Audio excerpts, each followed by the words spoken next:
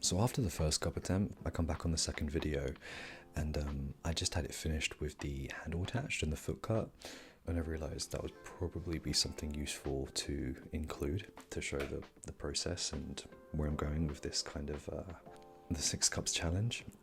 It's also the first time that I've been able to tap center, because I don't really understand how that works physically. I've seen so many potters do it just so easily, they just literally tap it with their finger and it's all of a sudden centered, and this was the first time I did it and it actually was, so yeah. But yeah, once it was centered, I just secured it with some quite dry clay really, but still pliable, just to hold it in place once it was centered. Then I could start up the wheel and start the trimming.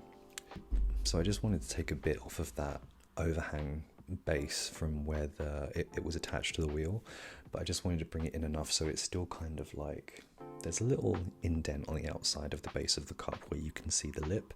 And my plan is not to have that covered in glaze, so you can see the actual clay underneath it, and then the clay will start just above that lip on the bottom.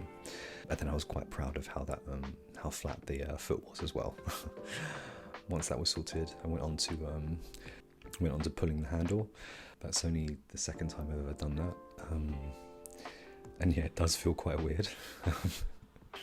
Once you get going, you sort of get used to it. Once that was thin enough, I cut off 2 lengths just in case I messed up one, let it harden for a little while, and then scored the mug, scored the handle, and then pressed those 2 scored areas of the handle and the mug together with some slip, so that should fuse them together. And once they're kiln fired, should be pretty secure. So yeah, once they were secure, and then with some water just smooth the edges so it was flush with the cup. But yeah, I think that's cup 2 done and ready to be dried.